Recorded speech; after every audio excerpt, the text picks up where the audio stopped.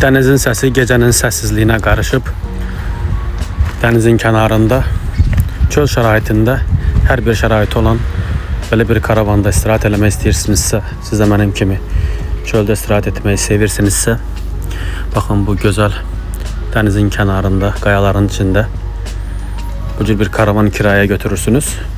Qiymət çox uyğundur. 50 manatdan başlayır qiyməti. Karavan için göstərim sizə. Bu cür bir qonaq otağı var karavanın. Burada hem oturup yemək yiyebilirsiniz, hem de ki bu açılır, yatabilirsiniz burada.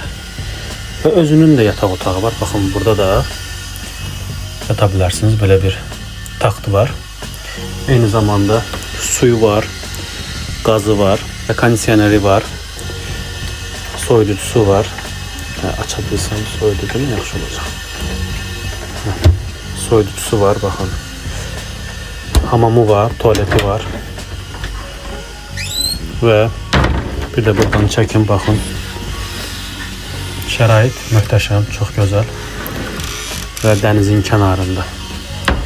Sadəcə 50 manatdan başlayan qiymətlərlə icarəyə götürürsünüz və istirahətinizi edirsiniz belə bir karavanda.